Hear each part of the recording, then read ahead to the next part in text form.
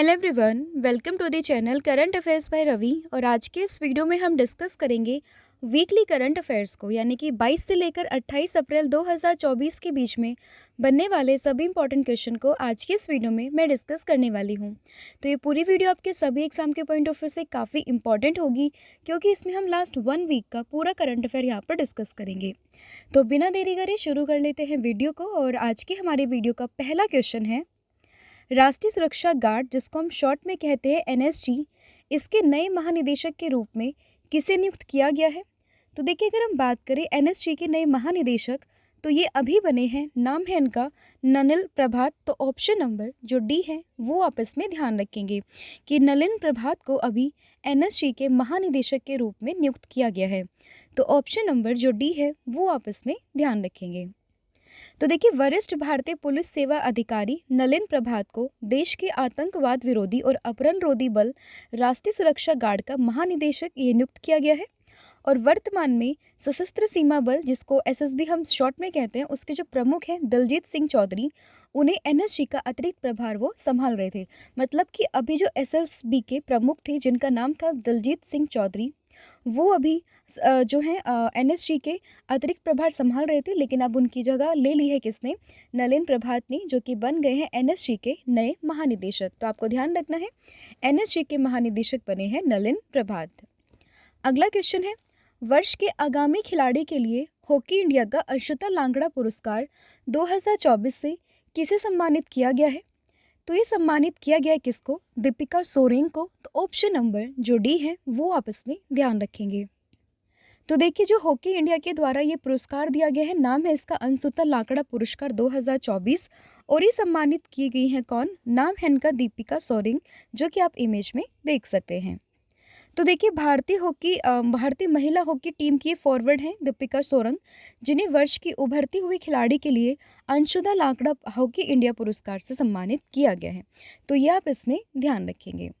अब आपका homework question यहाँ पर ये बनता है कि आपको मुझे बताना है कि हॉकी इंडिया के द्वारा किसे अभी वर्तमान में hockey player of the year चुना गया है, मेल और फीमेल कैटेगरी दोनों में आपको बताना है। कि जो भी इसका आंसर होगा आप मुझे कमेंट सेक्शन में ज़रूर बताना। अगला क्वेश्चन है, अप्रैल 2024 में आईपीएल में 250 मैच खेलने वाले दूसरे भारतीय खिलाड़ी कौन बन गए हैं? तो देखिए, यहाँ पर बात हुई है आईपीएल की। तो अभी जो है वो आईपीएल टूर्नामेंट आपका चल रहा है 2024 का, तो उसी में ही 250 मैच खेलने वाले दूसरे भारतीय खिलाड़ी ये कौन बने हैं? तो ये बन गए हैं रोहित शर्मा। तो ये तो बने हैं दूसरी। अगर हम बात करें पहले की, तो वो कौन है? वो है महेंद्र सिंह धोनी। तो आपको ध्यान रखना है, पहले खिलाड़ी जिन्होंने 250 मैच पूरे किए हैं आईपीएल में, नाम है उनका महेंद्र सिंह धोनी। और दूसरे खिलाड़ी तो ये बन गए हैं रोहित शर्मा। अगला क्वेश्चन है, अप्रैल 2024 में डीआरडीओ ने कहा आईटीसीएम क्रूज मिसाइल का सफल परीक्षण किया है? आईटीसीएम की अगर हम बात करें तो इसका मतलब है इंडिजीनियस टेक्नोलॉजी क्रूज मिसाइल का।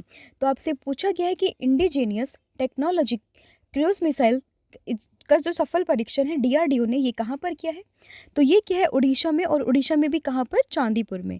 तो आपको ध्यान रखना है, इसमें ऑप्शन नंबर जो डी है वो आपका इसमें सही हो जाएगा। तो देखिए, डीआरडीओ ने घातक आईटीसीएम क्रूज मिसाइल का सफल परीक्षण किया है। कहाँ पर किया है? तो चांदीपुर उड़ीसा में इसका जो है वो सफल परीक्षण किया गया। आईसीटीएम की बात करें तो इसकी फुल फॉर्म है इंडिजीनियस टेक्नोलॉजी क्रूज मिसाइल। और लंबी दूरी की सबसोनिक क्रूज मिसाइल है, जिसका सफल उड़ान परीक्षण अभी हाल ही में डीआरडीओ के द्वारा किया गया है। अगर हम बात करें डीआरडीओ की, तो इसकी स्थापना ये हुई थी 1958 में। इसका जो हेडक्वार्टर है वो आपको देखने के लिए मिलेगा न्यू दिल्ली में। और वर्तमान में जो इसके अध्यक्ष हैं वो हैं डॉक्टर समीर वी कामत। अगला क्वेश्चन है, भारत और किस देश की सेना प्रमुखों ने हाईटेक आईटी लैब का उद्घाटन किया है? तो देखिए, हाईटेक आईटी लैब का उद्घाटन अभी भारत और उज्बेकिस्तान के बीच में हुआ है। तो ऑप्शन नंबर जो बी है वो आप इसमें ध्यान रखेंगे। तो देखिए, 15 से लेकर 18 अप्रैल 2024 को अगर हम बात करें, तो इसी बीच में भारत उज्बेकिस्तान की सेना प्रमुखों ने उज्बेकिस्तान में हाईटेक लैब का उद्घाटन किया है। और भारत के सेना प्रमुख जो है अभी वर्तमान में जनरल मनोज पांडे, वो उज्बेकिस्तान की यात्रा पर थे, तो उसी दौरान उन्होंने इस चीज़ का उद्घाटन किया है। तो देखिए, इस दौरान उन्होंने उज्बेक सशस्त्र बल अकादमी में उच्च तकनीक आईटी प्रयोगशाला का उद्घाटन भी किया है। तो ये भी आप इसमें ध्यान रखेंगे। और उज़्बेकिस्तान की बात करें तो उसी के टर्मेस जिले में अभी आपको देखने के लिए मिली होगी क्या, एक एक्सरसाइज जिसका नाम है डस्ट लेक। अगर हम बात करें उज़्बेकिस्तान की तो इसकी राजधानी ये है ताशकंद और यहाँ पर जो मुद्रा इस्तेमाल होती है वो है उज़्बेकिस्तानी सोम। अगला क्वेश्चन है आपका, किस प्रसिद्ध भारतीय अभिनेता को वेल्स यूनिवर्सिटी के द्वारा डॉक्टरेट की उपाधि से सम्मानित किया गया है? तो देखिए, वेल्स यूनिवर्सिटी की बात करें तो इसी यूनिवर्सिटी ने अभी साउथ इंडियन एक एक्टर हैं जिनका नाम है रामचरण, उन्हें डॉक्टरेट की उपाधि से सम्मानित किया है। तो ऑप्शन नंबर सी ये आप इसमें ध्यान रखेंगे। अगला क्वेश्चन है, फ्रांसीसी कार निर्माता जिसका नाम है सिट्रोएन, इन्होंने भारत में ब्रांड एम्बेसडर के रूप में किसे नियुक्त किया है? तो देखिए, सिट्रोएन की बात करें तो एक फ्रांस की कार निर्माता कंपनी है जिसने भारत में अपना ब्रांड एम्बेसडर ये नियुक्त किया है भारतीय खिलाड़ी, पूर्व आप कह सकते हैं कप्तान, जिनका नाम है महेंद्र सिंह धोनी। तो ऑप्शन नंबर जो बी है वो आप इसमें ध्यान रखेंगे। देखिए, ब्रांड एम्बेसडर के क्वेश्चंस अक्सर आपको एग्जाम में देखने के लिए मिलते हैं, तो उसी पॉइंट ऑफ व्यू से ये क्वेश्चन आपके लिए काफ़ी इंपॉर्टेंट हो जाता है। तो आपको ध्यान रखना है, सिट्रोइन नाम की कंपनी है जो कि फ्रांस की कंपनी है, फ्रांस की कार मैन्युफैक्चरिंग कंपनी है और उसी ने ही भारत में अपने ब्रांड एम्बेसडर नियुक्त किए हैं। कौन? नाम है इनका महेंद्र सिंह धोनी।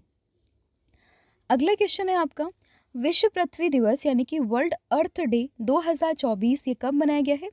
तो अगर हम बात करें विश्व पृथ्वी दिवस की तो ये मना है 22 अप्रैल। ऑप्शन नंबर जो बी है वो आप इसमें ध्यान रखेंगे।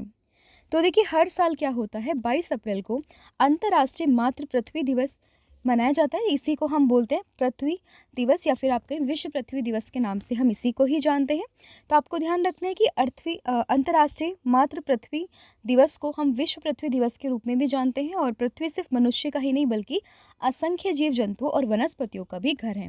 क्योंकि देखिए, आज के टाइम में क्या हो रहा है, हम इतना पोल्यूशन क्रिएट कर रहे हैं जिससे कि मरीन लाइफ हो या फिर आपकी जो बायोडाइवर्सिटी हो वो इतनी ज़्यादा हार्म हो चुकी है कि जितने भी जीव जंतु यहाँ पर रहते हैं उनको काफ़ी ज़्यादा दिक्कतें देखने के लिए मिलती हैं।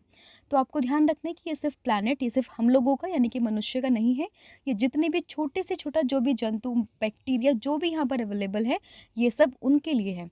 ठीक है, मतलब उनके लिए भी है। तो आपको ध्यान रखना है, सबको हमें प्रोटेक्ट करना है। तो उसी के बिहाफ पे इस बार की थीम भी रखी गई है जो कि है प्लैनेट वर्सेस प्लास्टिक। क्योंकि प्लास्टिक बैन, इतनी सारी चीज़ें चलती हैं लेकिन स्टिल प्लास्टिक जो है वो इतना यूज़ होता है जो कि काफ़ी ज़्यादा हार्मफुल होता है हमारी इन्वायरमेंट के लिए। तो आपको ध्यान रखना है, पृथ्वी दिवस के इस मौके पर इस बार की थीम भी रखी गई है प्लैनेट वर्सेस प्लास्टिक।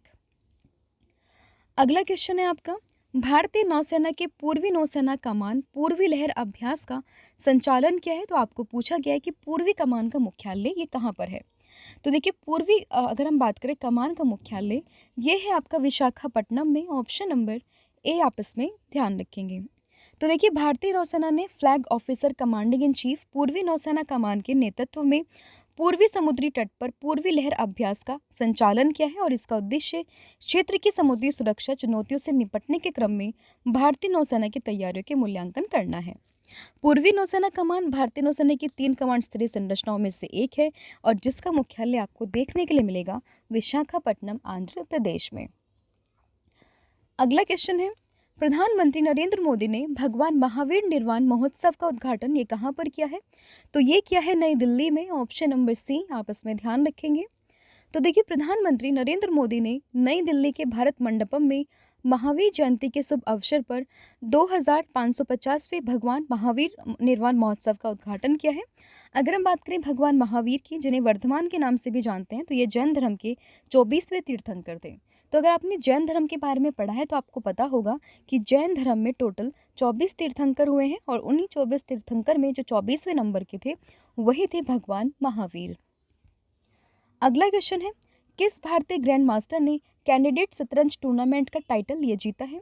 तो देखिए, अगर हम बात करें कैंडिडेट शतरंज टूर्नामेंट का टाइटल ये जीता है डी गुकेश ने। ऑप्शन नंबर जो बी है ये आप इसमें ध्यान रखेंगे। तो देखिए, भारत के 17 वर्षीय ग्रैंड मास्टर हैं डी गुकेश। उन्होंने कैंडिडेट शतरंज टूर्नामेंट जीतकर इतिहास रच दिया है और गुकेश ने 40 साल पहले महान गैरी कास्परोव द्वारा बनाए गए रिकॉर्ड को तोड़ते हुए सबसे कम उम्र के विजेता ये अभी बन गए हैं। तो आपको ध्यान रखना है, सबसे कम उम्र के विजेता जिन्होंने जीता है कैंडिडेट चेस टूर्नामेंट ये बन गए हैं डी गुकेश। और ये भी आपको ध्यान रखना है कि महान विश्वनाथन आनंद के बाद में प्रतिष्ठित टूर्नामेंट जीतने वाले ये दूसरे भारतीय भी बन गए हैं। अगला क्वेश्चन है, किस राज्य में त्रिशूर पूरम त्योहार ये मनाया गया है? तो त्रिशूर पूरम त्योहार की बात करें, ये मना है केरल में। ऑप्शन नंबर सी आप इसमें ध्यान रखेंगे। तो देखिए, त्रिशूर पूरम एक त्योहार है जो केरल की समृद्ध सांस्कृतिक विरासत में गहराई से निहित है। हालांकि ये एक मंदिर का त्योहार है और समाज के सभी क्षेत्रों के लोग इसे संगीत, जुलूस, मेलों और आतिशबाजी के साथ मनाने के लिए एक साथ आते हैं। केरल एक भारतीय राज्य है जो कि अपनी समृद्ध संस्कृति और परंपराओं के लिए जाना जाता है और राज्य कई धर्मों का घर है। मतलब ये जो केरल राज्य है वो कई धर्मों का घर है और इसकी विशेषता इसके विविध परिदृश्य, इलाके, रीति रिवाज और संस्कृति और इतिहास है। तो आपको ध्यान रखना है, ये जो त्योहार है आपका नाम है इसका त्रिशूर पूरम, ये मनता है कहाँ पर? केरल में। फिर है, अप्रैल 2024 में भारत ने पहली बार किस देश को ब्रह्मोस मिसाइल निर्यात की है? तो देखिए, ब्रह्मोस मिसाइल की बात करें तो भारत ने पहली बार ये निर्यात की है किसको? फिलीपींस को। ऑप्शन नंबर बी आप इसमें ध्यान रखेंगे।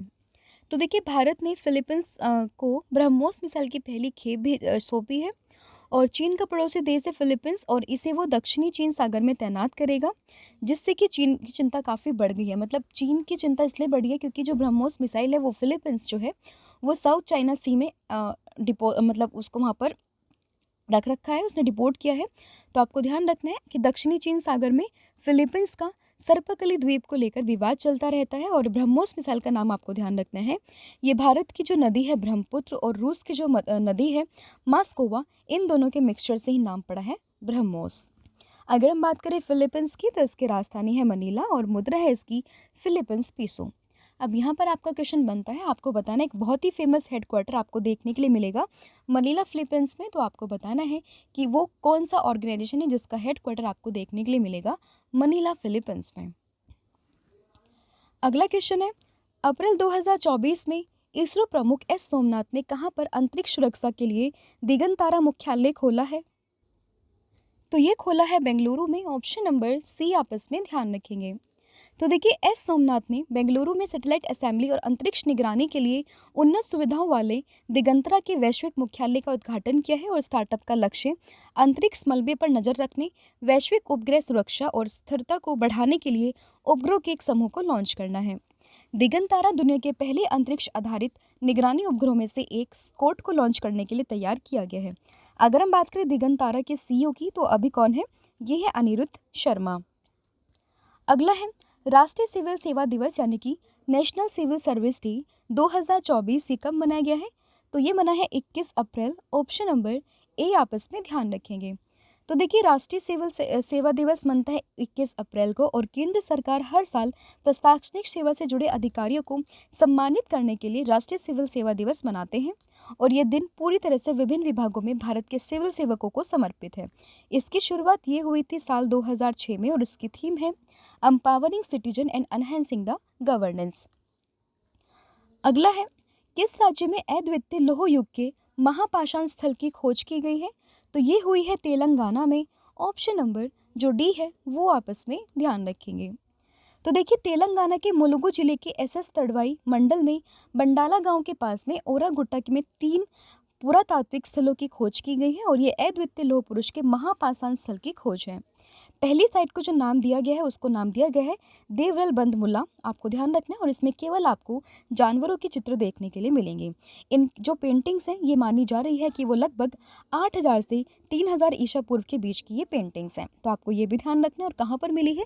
ये मिली है तेलंगाना में। फिर है, अप्रैल 2024 में धनलक्ष्मी बैंक का नया प्रबंध निदेशक किसे नियुक्त किया गया है? तो देखिए, अगर हम बात करें अप्रैल 2024 में धनलक्ष्मी बैंक का नया प्रबंध निदेशक, तो ये नियुक्त हुए हैं कौन? अजीत कुमार के। ऑप्शन नंबर सी आप इसमें ध्यान रखेंगे। तो देखिए, धनलक्ष्मी बैंक ने अजीत कुमार के को एमडी और सीईओ नियुक्त किया है। इनका कार्यकाल ये होगा 3 साल के लिए। और अजीत कुमार के की बात करें तो ये फेडरल बैंक में 36 वर्षों से अधिक का इनका अनुभव है। और इसके अलावा अगर हम बात करें अभी जो थे प्रबंध निदेशक और सीईओ धनलक्ष्मी बैंक के जेके सिवान, उन्हीं का स्थान लेंगे कौन? अजीत कुमार के। धनलक्ष्मी बैंक की बात करें तो धनलक्ष्मी बैंक इसकी स्थापना ये हुई थी 1927 में और इसका मुख्यालय आपको त्रिशूर में देखने के लिए मिलेगा जो कि पड़ता है कहाँ पर? केरल में। फिर है, अप्रैल 2024 में ओपन एआई ने किसे भारत में अपना पहला कर्मचारी नियुक्त किया है? तो ये नियुक्त किया है प्रज्ञा मिश्रा को। Option number D. तो देखिए प्रज्ञा मिश्रा को भारत में ओपन एआई का पहला कर्मचारी नियुक्त किया गया है। और ओपन एआई की बात करें तो ओपन एआई ने प्रज्ञा मिश्रा को सरकारी संबंधों के प्रमुख के रूप में नियुक्त किया गया है। इससे पहले प्रज्ञा मिश्रा ये जुलाई 2021 से ट्रू कॉलर में सार्वजनिक मामलों के निदेशक के रूप में कार्यरत थी। ओपन एआई की बात करें तो इसी ने ही चैट जीपीटी टूल भी लॉन्च किया, जो कि काफ़ी ट्रेंडिंग है आज के टाइम पर। और ओपन एआई के सीईओ अभी वर्तमान में है सैम अल्टमैन। इसके अलावा मैं आपको बताना चाहती हूँ कि मैंने अभी रिसेंटली एआई पर एक कंप्लीट वीडियो आपको प्रोवाइड करवाई थी चैनल पर, तो आप उसको भी विजिट कर सकते हैं, क्योंकि उसमें एआई से संबंधित अभी तक के जितने भी इंपॉर्टेंट क्वेश्चंस हैं वो सभी मैंने यहाँ पर कवर किए हैं। तो आप उसको भी चेक कीजिएगा। आपको सिंपली लिखना है AI current affairs by Ravi, तो आपको वो पूरी वीडियो वहाँ पर देखने के लिए मिल जाएगी। अगला क्वेश्चन है, अप्रैल 2024 में world press photo of the year 2024 पुरस्कार किसने जीता है? तो ये जीता है मोहम्मद सलीम ने, that is option number B. तो देखिए मोहम्मद सलीम ने world press photo of the year 2024 पुरस्कार जीता है। और उन्होंने गाजापट्टी में अपनी 5 वर्षीय भतीजी के शव को गोद में लिया हुआ है। एक फिलिस्तीनी महिला की अपनी छवि के लिए उन्होंने जीत हासिल की है। आप इमेज में यहाँ पर देख सकते हैं कि एक लेडी है जिसने अपनी भतीजी को यहाँ पर गोद में लिया हुआ है, और ये एक 5 वर्षीय बच्ची है। और ये जो बेसिकली सीन था, ये तस्वीर 17 अक्टूबर 2023 को गाजा के खान यूनिस में ली गई थी, जहाँ परिवार फिलिस्तीनी इलाके में इजरायली बमबारी के दौरान मारे गए रिश्तेदारों की तलाश कर रहे थे। अगला क्वेश्चन है, नेशनल फर्टिलाइजर्स लिमिटेड को निम्न में से किस प्रकार की पीएसयू का दर्जा मिला है? तो ये मिला है नवरत्न का, that is option number A. तो देखिए नेशनल फर्टिलाइजर्स लिमिटेड को नवरत्न का दर्जा मिला है। और नवरत्न की बात करें तो ये शीर्ष प्रदर्शन करने वाले केंद्रीय सार्वजनिक क्षेत्र उद्यम का एक समूह है। अगर हम बात करें नेशनल फर्टिलाइजर्स लिमिटेड की, तो इसकी स्थापना ये हुई थी साल 1974 में। मुख्यालय इसका नोएडा में है, और इसके जो अध्यक्ष हैं वो हैं यू सरावनन। फिर है, अलीगढ़ मुस्लिम यूनिवर्सिटी की पहली महिला कुलपति कौन बनी है? तो ये बनी है नईमा खातून, दैट इज़ ऑप्शन नंबर ए। आप इमेज में देख सकते हैं, ये है नईमा खातून जो कि पहली महिला कुलपति बनी है किसकी? अलीगढ़ मुस्लिम यूनिवर्सिटी की। फिर एक केंद्रीय शिक्षा मंत्रालय ने प्रोफेसर नईमा खातून को अलीगढ़ मुस्लिम यूनिवर्सिटी का कुलपति नियुक्त किया गया है। और वे, अगर हम बात करें, अलीगढ़ मुस्लिम यूनिवर्सिटी की पहली महिला कुलपति है। प्रोफेसर खातून की बात करें तो ये कार्यभार ग्रहण करने की तारीख से 5 साल की अवधि तक इस पद पर रहेंगी, या फिर आप कहें 70 वर्ष की आयु तक इस अवधि पर रहेंगी, जो भी पहले हो उस हिसाब से यहाँ पर देखा जाएगा। अलीगढ़ मुस्लिम यूनिवर्सिटी की बात करें तो इसकी स्थापना ये 1920 में की गई थी, आपको ध्यान रखना है। और इसका जो अधिनियम था वो भी 1920 का ही अधिनियम था। फिर है, अप्रैल 2024 में किस देश में पहला हिंदी रेडियो प्रसारण ये शुरू किया गया है? तो ये हुआ है कुवैत में, that is option number B. आप इसमें ध्यान रखेंगे। तो देखिए कुवैत में पहली बार हिंदी में रेडियो का प्रसारण शुरू हुआ, और भारतीय दूतावास ने प्रत्येक रविवार को कुवैत रेडियो पर FM 93.3 MHz और AM 96.3 पर एक हिंदी कार्यक्रम शुरू करने के लिए कुवैती संचार मंत्रालय की सराहना की है। कुवैत में अगर हम बात करें अभी वर्तमान में भारतीय राजदूत, तो यहाँ आदर्श वाइका है। कुवैत की बात करें, इसकी राजधानी है कुवैत शहर, और यहाँ की जो मुद्रा है वो है कुवैती दिनार। फिर है, अप्रैल 2024 में ESI का आर्यभट्ट पुरस्कार ये किसे दिया गया है? तो ये दिया गया पावलोरी सुब्बाराव को, that is option number C. आप इसमें ध्यान रखेंगे। तो देखिए अनंत टेक्नोलॉजीज के CEO chairman doctor Pawlori Subbarao को एरोनॉटिकल सोसाइटी ऑफ इंडिया की आर्यभट्ट पुरस्कार से सम्मानित किया गया है। और डॉक्टर राव इसरो में वैज्ञानिक थे, और 1992 में उन्होंने अनंत टेक्नोलॉजीज लिमिटेड की स्थापना की थी। फिर है, अप्रैल 2024 में शोम्पेन जनजाति ने कहाँ पहली बार चुनाव में ऐतिहासिक वोटिंग की है? तो ये की है अंडमान और निकोबार में, ऑप्शन नंबर डी। आप इसमें ध्यान रखेंगे। तो देखिए शोम्पेन जनजाति ने अंडमान और निकोबार चुनाव में ऐतिहासिक वोटिंग की है।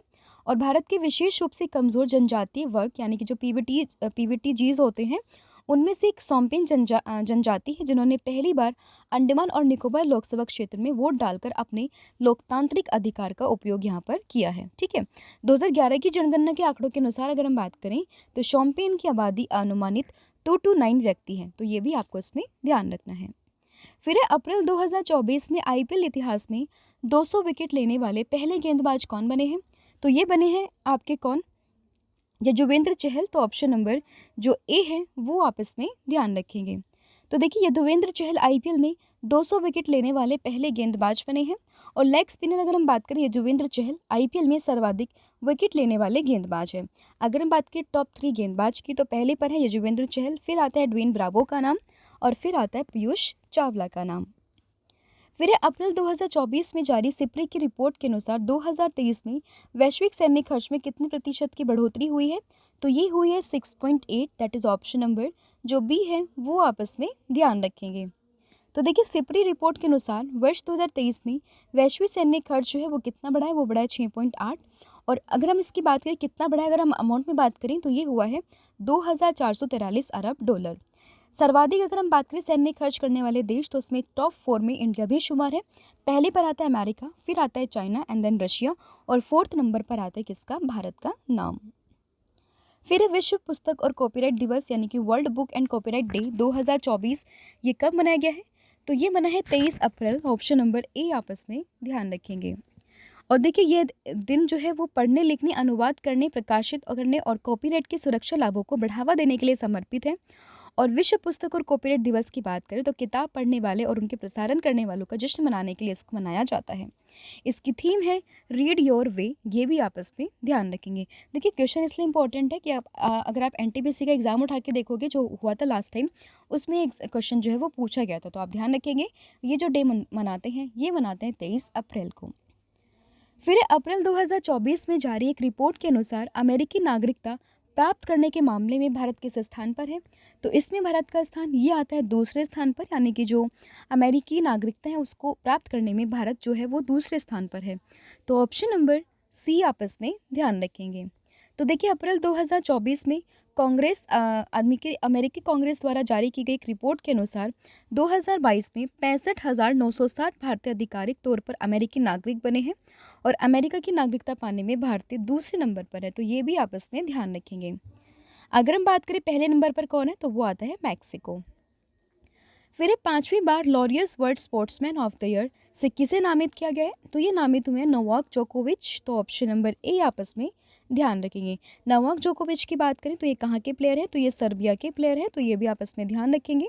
और ये 5वीं बार चुने गए हैं। इससे पहले अगर हम बात करें 4 बार, तो 2012 में, 2015 में, 2016 में और 2019 में इन्हें इससे सम्मानित किया गया था। तो ये भी आपस में ध्यान रखेंगे। इसके अलावा अगर और अन्य पुरस्कार की बात करें तो महिला खिलाड़ी बनी है एतना बोनमती। कमबैक पुरस्कार है सिमोना बाइल्स का। Breakthrough of the year ये है जूड बेलिंगहैम। और वर्ष की सर्वश्रेष्ठ टीम का पुरस्कार ये मिला है स्पेन महिला फुटबॉल टीम को। फिर है राष्ट्रीय पंचायती राज दिवस 2024, ये कब मनाया गया है? तो राष्ट्रीय पंचायती राज दिवस की बात करें तो ये मना है 24 April, that is option number C आपस में ध्यान रखेंगे। और इसका आयोजन ये कौन करता है? तो ये करता है पंचायती राज मंत्रालय, जो कि हर साल इस दिन को मनाता है। यह उस ऐतिहासिक दिवस की याद में मनाते हैं जब 1993 में 73वां संविधान संशोधन अधिनियम लागू हुआ था। और अगर हम बात करें 73वें संविधान संशोधन अधिनियम के द्वारा भारत में पंचायती राज संस्थानों के साथ साथ स्थानीय शासन की त्रिस्तरीय प्रणाली भी आरंभ की गई थी। तो ये आप ध्यान रखेंगे। और त्रिस्तरीय प्रणाली में कौन आता है? यह आता है ग्राम, ब्लॉक और जिला। अब यहाँ पर आपका होमवर्क क्वेश्चन बनता है कि पहली बार किस राज्य में जो है सबसे पहले पंचायती सिस्टम आपको देखने के लिए मिला था? तो इसका आंसर आप मुझे कमेंट सेक्शन में दोगे। इसके अलावा देखिए रिसेंटली हमारी 2 PDF भी लॉन्च हुई है। एक है आपकी जनवरी से मार्च का पूरा कंपाइलेशन, जिसको आप परचेज कर सकते हैं। लिंक आपको इसके डिस्क्रिप्शन में मिलेगी। और जिन स्टूडेंट ने जनवरी और फरवरी इन दोनों का PDF ऑलरेडी परचेज कर लिया है, तो वो आप सेपरेटली मार्च का PDF भी परचेज कर सकते हैं, जिसमें आपको पूरा मार्च मंथ का करंट अफेयर यहाँ पर देखने के लिए मिल जाएगा। इसके लिए आपको क्या करना हो, डायरेक्टली आप हमारी वेबसाइट जिसका नाम है www.ravibooks.pdf.com इसको विजिट करना है। वहाँ पर आपको सभी PDFs की लिंक्स आसानी से अवेलेबल हो जाएंगी। वहाँ पर जाकर आप इनको चेकआउट कर सकते हैं। अब वापस से आते हैं अपने टॉपिक पर, और अगला क्वेश्चन है अमेरिका ने संयुक्त राष्ट्र के पूर्ण सदस्यता के लिए किस देश के अनुरोध को रोक दिया है? तो ये रोका है फिलिस्तीन को। ऑप्शन नंबर बी आपस में ध्यान रखेंगे। तो देखिए यहाँ पर बात आई है संयुक्त राष्ट्र की, तो इसकी स्थापना ये हुई थी 24 अक्टूबर 1945 में। मुख्यालय इसका न्यूयॉर्क अमेरिका में है, और इसके जो अध्यक्ष है वो है एंटोनियो गुटेरेस, और ये इसके जो सदस्य देश है वो है 193। फिर कौन सा देश 4 दिन वर्क वीक वाला एशिया का पहला देश बनेगा? तो 4 दिन वर्क वीक वाला पहला देश ये बनेगा Singapore, that is option number A. तो देखिए सिंगापुर एशिया का पहला देश होगा जहां 4 दिन का वर्क वीक लागू किया जा रहा है और 1 दिसंबर 2024 से यह देश की सभी कंपनियों पर लागू हो जाएगा। साथ ही महिलाओं, अधिक उम्र के कर्मचारियों और किसी की देखभाल कर रहे कर्मचारियों को लंबी छुट्टी और जब चाहे वापस काम पर आने की छूट यहाँ पर होगी। अगला क्वेश्चन है, पपुआ न्यू गिनी ने भारत के लिए अपना पहला रक्षा सलाहकार किसे नियुक्त किया है? तो पपुआ न्यू गिनी ने भारत के लिए अपना पहला रक्षा सलाहकार ये नियुक्त किया है कर्नल एडिसन नेफ्यू को, दैट इज ऑप्शन नंबर जो बी है वो आपस में ध्यान रखेंगे। फिर है अप्रैल 2024 को किस राज्य में 132वां खोमजोंग दिवस मनाया गया है? तो 132वां जो खोमजोंग दिवस है ये मनाया गया कहाँ पर? मणिपुर में, that is option number B आपस में ध्यान रखेंगे। तो देखिए मणिपुर में 1891 में एंग्लो मणिपुरी युद्ध के खोमजोंग युद्ध में अंग्रेजों के खिलाफ में लड़ने वाले बहादुर सेनाओं को सम्मानित करने के लिए दिन हर साल 23 अप्रैल को मनाया जाता है और मणिपुर राज्य ने हाल ही में 1891 के एंग्लो मणिपुर युद्ध के दौरान खोमजोंग लड़ाई में अपनी जान गंवाने वाली सैन्यकर्मियों की याद में इस दिवस को मनाया है। यह आयोजन येथोंबोल जिले के खेबाचिंग में स्थित खोमजोंग युद्ध स्मारक परिसर में मनाया गया है। आपको ध्यान रखना है कब मनाते हैं? 23 अप्रैल को। कहाँ पर? यह मनता है मणिपुर में।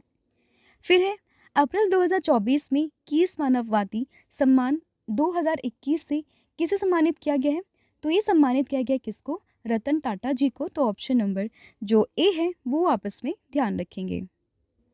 अब देखिए कंफ्यूज नहीं होना, साल तो चल रहा है 2024 लेकिन ये अवार्ड ये मिला है 2021 के लिए, तो ये भी आपको उसमें ध्यान रखना है। किसे मिला है? तो ये मिला है रतन टाटा जी को। क्यों मिला है? तो सामाजिक विकास और अनुकरणीय कॉर्पोरेट नेतृत्व के लिए रतन टाटा जी को इस पुरस्कार से सम्मानित किया गया है। यह सम्मान समारोह में उन्होंने कीट की स्कीम्स के संस्थापक एवं कंधमाल लोकसभा सांसद शिक्षाविद प्रोफेसर अच्युत सामंत ने इनको सम्मानित किया है। और अगर हम बात करें किस मानववादी सम्मान की, तो 2008 में डॉक्टर अच्युत सामंत के द्वारा इसको शुरू किया गया था और ये जो है बेसिकली ये KIIT और KISS का सर्वोच्च सम्मान है, तो ये भी आपस में ध्यान रखेंगे। फिर विश्व मलेरिया दिवस 2024 कब मना है? तो विश्व मलेरिया दिवस ये मनाते हैं 25 April, that is option number A. और इस बार की थीम है क्या? इस बार की थीम है अधिक न्याय संगत दुनिया के लिए मलेरिया के खिलाफ लड़ाई का तेज करना, यानी कि accelerating the fight against malaria for a more equitable world. Again यहाँ पर आपके लिए होमवर्क का क्वेश्चन बनता है, आपको बताना है मलेरिया जो है वो किस मच्छर के काटने से आपको होता है। तो इसका आंसर आप मुझे कमेंट सेक्शन में दोगे। अगला क्वेश्चन है आपका, डेटा ट्रैफिक के मामले में दुनिया का सबसे बड़ा मोबाइल ऑपरेटर ये कौन बना है? तो ये बन गया Reliance Jio, that is option number C. तो देखिए भारत की दूरसंचार कंपनी रिलायंस जियो ने डेटा ट्रैफिक के मामले में चीन को पछाड़कर दुनिया की सबसे बड़ी मोबाइल ऑपरेटर कंपनी बनकर एक महत्वपूर्ण उपलब्धि हासिल की है और इसके साथ ही जियो के पास में 481.8 मिलियन का व्यापक ग्राहक आधार है, जो कि इसे टेलीकॉम उद्योग में एक मजबूत शेयरधारक यहाँ पर बनाता है। फिर एक किस संस्था के द्वारा भारत का सबसे हल्का बुलेट प्रूफ जैकेट विकसित किया गया है? तो ये विकसित किया गया किसके द्वारा? ये हुआ है DRDO के द्वारा, दैट इज ऑप्शन नंबर जो सी है वो आपस में ध्यान रखेंगे। तो देखिए देश के सबसे हल्के बुलेट प्रूफ जैकेट चंडीगढ़ में टेस्टिंग की गई है और इसको DRDO ने विकसित किया है। पॉलीमर बैंकिंग और मोनोलिथिक सिरेमिक प्लेट से तैयार की गई जैकेट को 6 स्नाइपर गोलियों भी भेद नहीं सकती, मतलब ये इतनी स्ट्रांग है कि 6 स्नाइपर गोलियां भी इनको भेद नहीं सकती है। और इसको किया DRDO ने, जिसकी स्थापना 1958 में हुई थी, हेडक्वार्टर दिल्ली में है और इसके जो मुख्य अध्यक्ष हैं फिलहाल में वो हैं समीर V कामत। फिर है RBI ने किस बैंक के वर्ल्ड ऐप को बैन किया है? तो ये बैन किया है किसको? बैंक ऑफ बड़ौदा को, दैट इज ऑप्शन नंबर जो ए है वो आपस में ध्यान रखेंगे। वैसा क्यों किया है? क्योंकि अभी रिसेंट में ना जो ये है आपका बैंक ऑफ बड़ौदा, इसमें काफ़ी ज़्यादा जो है साइबर धोखाधड़ी यहाँ पर देखने के लिए मिली थी और इसीलिए नागरिकों को साइबर धोखाधड़ी से बचाने के लिए वित्त मंत्रालय ने सख्त उपाय प्रस्तावित किया और इसी से निपटने के लिए इन्होंने हाल फिलहाल में ही बैंक बड़ौदा का वर्ल्ड ऐप यहाँ पर बैन कर दिया, क्योंकि अभी इनके कई घोटाले यहाँ पर देखने के लिए मिले थे। वहीं 2023 में बात करें तो भारत की राष्ट्रीय अपराध रिकॉर्ड ब्यूरो के द्वारा 4,488.63 करोड़ रुपए यानी कि लगभग $8.9 बिलियन की राशि के 1.1 मिलियन से अधिक साइबर धोखाधड़ी के मामले यहाँ पर दर्ज किए गए थे। बैंक ऑफ बड़ौदा की बात करें, स्थापित हुआ था 1908 में, मुख्यालय बड़ोदरा गुजरात में है। MD CEO हैं इसके देवदत्त चंद। फिर है ITTF टेबल टेनिस विश्व रैंकिंग 2024 में भारत की शीर्ष महिला खिलाड़ी कौन बन गई है? तो ये बन गई Sreeja Akula, that is option number A. तो देखिए ITTF टेबल टेनिस रैंकिंग 2024 में श्रीजा अकुला विश्व रैंकिंग के 38वें स्थान पर पहुंच गई है और इसी के साथ में श्रीजा अकुला भारत में शीर्ष रैंक वाली महिला टेबल टेनिस खिलाड़ी भी बन गई हैं। इसके अलावा पिछले कुछ समय में ही भारत की नंबर 1 रही खिलाड़ी, जिनका नाम है मनिका बत्रा, 2 स्थान के नुकसान से 39वें पायदान पर आ गई है। फिर है मतदान केंद्रों पर कतारों की जानकारी के लिए वोटर इन क्यू ऐप ये किसने जारी किया है, किस राज्य ने जारी किया? तो ये किया है हरियाणा ने। यानी कि जब आप लाइन में खड़े होंगे तो आप जान सकते हैं कि वहाँ पर कुछ भी आपको क्वेरी हो या कतारों की जानकारी के बारे में आप जान सकते हो वोटर इन क्यू ऐप पे। तो ये किसने विकसित किया? ये किया है कहाँ, किसने? हरियाणा ने। तो देखिए, हरियाणा के मुख्य निर्वाचन अधिकारी कार्यालय ने वोटर इन क्यू नाम से एक ऐप लॉन्च किया है, जिसमें मतदाता घर बैठे मतदान केंद्र पर कतार के बारे में जानकारी प्राप्त कर सकते हैं और वोट डालने जा सकते हैं। इसका उद्देश्य 2024 के लोकसभा चुनाव का लक्ष्य 75% तक मतदान प्रदान करना है। फिर चिथिराई त्यौहार 2024 किस राज्य में मनाया गया है? तो चिथिराई त्यौहार की बात करें, ये मना है तमिलनाडु में, दैट इज़ ऑप्शन नंबर जो सी है वो आप इसमें ध्यान रखेंगे। तो देखिए, चिथिराई त्यौहार हर साल अप्रैल के महीने में तमिलनाडु के मदुरै में मीनाक्षी मंदिर में शैववाद और वैष्णववाद की एकता के प्रतीक के रूप में मनाते हैं और यह भगवान सुंदरेश्वर, भगवान शिव और देवी मीनाक्षी यानी कि देवी पार्वती के दिव्य मिलन का जश्न मनाता है। तमिलनाडु की बात करें, स्थापना हुई थी 1 नवंबर 1956 में, राजधानी चेन्नई में है और मुख्यमंत्री हैं एम के स्टैलिन और वर्तमान में जो राज्यपाल हैं वो है आर एन रवि। फिर एक किस देश की गायिका रेजवाना चौधरी बान्या को पद्मश्री पुरस्कार से सम्मानित किया गया है? तो ये सम्मानित किया गया है बांग्लादेश की एक गायिका है, ऑप्शन नंबर सी आप इसमें ध्यान रखेंगे। अगला क्वेश्चन है आपका, आपदा प्रतिरोधी बुनियादी ढांचे पर अंतर्राष्ट्रीय सम्मेलन 2024 का छठा संस्करण ये कहाँ पर हुआ है? तो ये हुआ है नई दिल्ली, भारत में, that is option number C आप इसमें ध्यान रखेंगे। तो देखिए, आपदा प्रतिरोधी बुनियादी ढांचे पर 2 दिवसीय अंतर्राष्ट्रीय सम्मेलन का छठा संस्करण नई दिल्ली के भारत मंडपम में हुआ है और इसका विषय है अधिक लचीले कल के लिए आज निवेश करें, यानी कि investing today for a more resilient tomorrow, ये आप उसमें ध्यान रखेंगे। फिर 77वें कांस फिल्म फेस्टिवल के ला सिनेफ सेक्शन में चुनी गई पहली भारतीय फिल्म कौन सी है? तो पहली भारतीय फिल्म ये है sunflower were the first ones to know, that is option number A. तो देखिए, पुणे स्थित फिल्म एंड टेलीविजन संस्थान के छात्र चिदानंद नायक की फिल्म जिसका नाम है sunflower were the first ones to know को फ्रांस के 77वें कान फिल्म फेस्टिवल के ला सिनेफ प्रतिस्पर्धी खंड में चुना गया है और ला सिनेफ फेस्टिवल का ऑफिशियल सेक्शन है जिसमें दुनिया भर के फिल्म स्कूलों के विद्यार्थियों को हर हुनर दिखाने के लिए अपना हुनर दिखाने के लिए यहाँ पर आमंत्रित किया जाता है। फिर फिनटेक कंपनी रेजरपे ने क्लाउडेड आधारित नवाचार यूपीआई स्विच किसके सहयोग से लॉन्च किया है? तो इसको लॉन्च किया एयरटेल पेमेंट के सहयोग से, दैट इज ऑप्शन नंबर जो बी है वो आप इसमें ध्यान रखेंगे। तो देखिए, फिनटेक कंपनी रेजरपे ने एयरटेल पेमेंट्स बैंक के साथ में साझेदारी में क्लाउडेड आधारित नवाचार यूपीआई स्विच नामक एक यूपीआई बुनियादी ढांचा लॉन्च किया है और यूपीआई स्विच एक क्लाउडेड आधारित नवाचार है जिसे प्रति सेकंड 10,000 लेन देन तक संसाधित करने के लिए डिज़ाइन किया गया है। इसे लेन देन की सफलता दर को 4 से 5% तक बढ़ाने के लिए डिज़ाइन किया गया है, ये भी आप इसमें ध्यान रखेंगे। फिर एक किस देश की टेनिस खिलाड़ी गार्बिन गुगुराजा ने संन्यास की घोषणा की है? तो ये खिलाड़ी है स्पेन की, that is option number C. तो देखिए, पूर्व वर्ल्ड नंबर 1 खिलाड़ी रही हैं गार्बिना गुरुरोजा ने 30 साल की उम्र में ही पेशेवर टेनिस से संन्यास लेने की घोषणा की है और उन्होंने ये फैसला लंबे समय तक कोर्ट से दूर रहने के कारण लिया है। स्पेन की बात करें, कहाँ पर है? यूरोप में पड़ता है, राजधानी इसकी मैड्रिड है और मुद्रा है यहाँ की क्या? यूरो। फिर एक किस राज्य में दुर्लभ तितली जिसका नाम है नेप्टिस फिलारा ये खोजी गई है? तो नेप्टिस फिलारा नाम की जो दुर्लभ तितली है ये खोजी गई है अरुणाचल प्रदेश में, that is option number B आप इसमें ध्यान रखेंगे। तो देखिए, अरुणाचल प्रदेश के सुबनसिरी जिले में स्थित टेली घाटी वन्यजीव अभ्यारण्य में तितली की नई प्रजाति जिसका नाम है नेप्टिस फिलारा इसकी खोज की गई है। नेप्टिस फिलारा तितली की प्रजाति पूर्वी साइबेरिया, कोरिया, जापान, मध्य दक्षिण पश्चिमी चीन सहित पूर्वी एशिया के विभिन्न क्षेत्रों में देखी जाती है, लेकिन भारत में पहली बार मिली है कहाँ पर? अरुणाचल प्रदेश की टेली वन्यजीव अभ्यारण्य में। तो इसलिए क्वेश्चन आपके लिए इंपॉर्टेंट हो जाता है। फिर एक किस केंद्र शासित प्रदेश ने सभी अधिकारियों के लिए ई ऑफिस में ई फाइलों पर डिजिटल हस्ताक्षर का उपयोग अनिवार्य कर दिया है? तो ये क्या है? जम्मू कश्मीर में, that is option number C आप इसमें ध्यान रखेंगे। तो देखिए, जम्मू और कश्मीर सरकार ने ई ऑफिस में ई फाइलों पर डिजिटल हस्ताक्षर का उपयोग अनिवार्य कर दिया है और इस कदम का उद्देश्य डिजिटल कार्य वातावरण को अपनाने, निर्भरता कम करने के उद्देश्य से किया गया है। फिर है गेपांग गात हिमनद झील, अभी समाचारों में देखी गई, ये किस राज्य में है? तो ये है आपके हिमाचल प्रदेश में, दैट इज ऑप्शन नंबर ए आप इसमें ध्यान रखेंगे। तो देखिए गात हिमनद झील जो है वो हिमाचल प्रदेश के सिंधु बेसिन में स्थित है। यह झील 4068 मीटर की ऊंचाई पर है और इसरो ने सैटेलाइट इमेज में गेपांग घाट ग्लेशियर झील में 1989 से 2022 के बीच में 36.49 हेक्टेयर से 101.30 हेक्टेयर का 178% विस्तार दिखाया गया है और हर साल झील के आकार में लगभग 1.96 हेक्टेयर की वृद्धि देखी गई है, जो कि यहाँ पर खतरे के संकेत है। तो ये न्यूज़ में है, इसलिए आपको ध्यान रखना है कहाँ पर है, ये है आपका हिमाचल प्रदेश में। फिर adventurous of a travelling monk a memoir नामक पुस्तक के लेखक कौन है? तो इसके लेखक है, ऑप्शन यहाँ पर गलत लिखे गए हैं, तो आपको ध्यान रखना है इसका जो सही आंसर है वो है इंद्रधुम्न स्वामी।